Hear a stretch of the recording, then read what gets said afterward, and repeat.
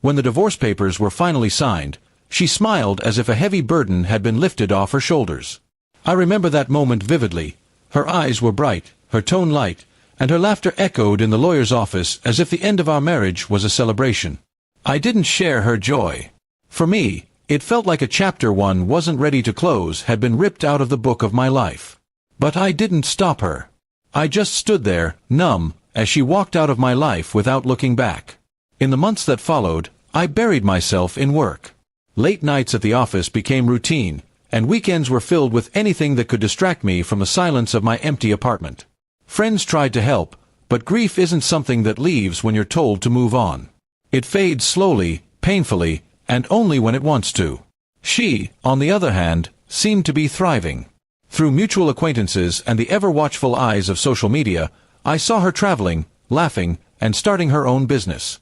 Every photo she posted showed the same smile, the one that used to make me believe we could face anything together. Seeing her so happy while I was still trying to piece myself back together hurt more than I wanted to admit. A year passed like that, quietly, monotonously, and without closure. Then, one day, my manager called me into his office and told me I had been chosen to represent our company at a regional business conference. It was a big opportunity, and I was proud. But fate, it seemed, wasn't done testing me. When I arrived at the conference center, I saw her name on the list of speakers. For a brief moment, I considered leaving. I didn't want to see her again, not when I was still unsure of how I'd react. But running away wouldn't help, so I stayed. The first time I saw her on stage, she looked confident, professional, and radiant in a way that reminded me why I fell in love with her in the first place. She spotted me in the audience halfway through her talk. For a second, her smile faltered, but she recovered quickly, continuing as if nothing had happened. Later that evening, there was a networking dinner. I tried to avoid her, busying myself with small talk and business cards. But eventually, our paths crossed. "It's been a while," she said softly, her voice steady but her eyes searching mine. I nodded. "A year, almost to the day," I replied. There was a pause, a silence thick with memories neither of us dared to touch. We ended up sitting together, more out of habit than intention. Conversations started stiffly, full of polite questions and formal answers. But as the night went on, the walls between us began to crumble. She told me about her business, how hard it had been at first but how fulfilling it had become. I shared how I'd been promoted, how I finally felt like I was moving forward.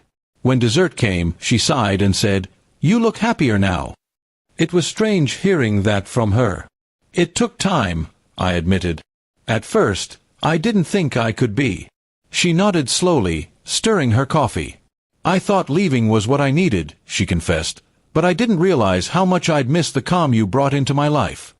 Her honesty surprised me. There was no bitterness in her tone, only regret. I didn't know how to respond, so I simply said, "We both made mistakes." She smiled faintly. "Yes, but I think we needed to break apart to understand them." After the dinner ended, we walked outside together. The city lights reflected on the nearby lake, casting soft ripples of gold across the water. We stood there in silence, the cool wind brushing past us. "Do you ever think about what could have been?" she asked. I hesitated before answering. "Sometimes. But I think we became different people." She looked down, then up at me. "Maybe better ones," she said. There was something genuine in her expression, something peaceful. It wasn't an attempt to rekindle anything.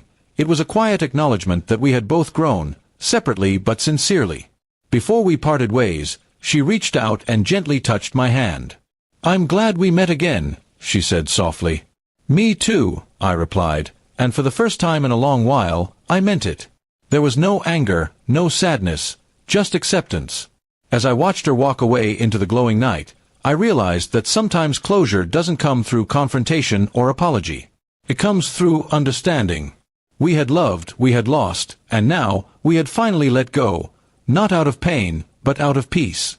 When I returned home, I deleted her old photos from my phone, not out of resentment but because I no longer needed them. The memory of that evening was enough, a final chapter written with calm hearts and quiet smiles.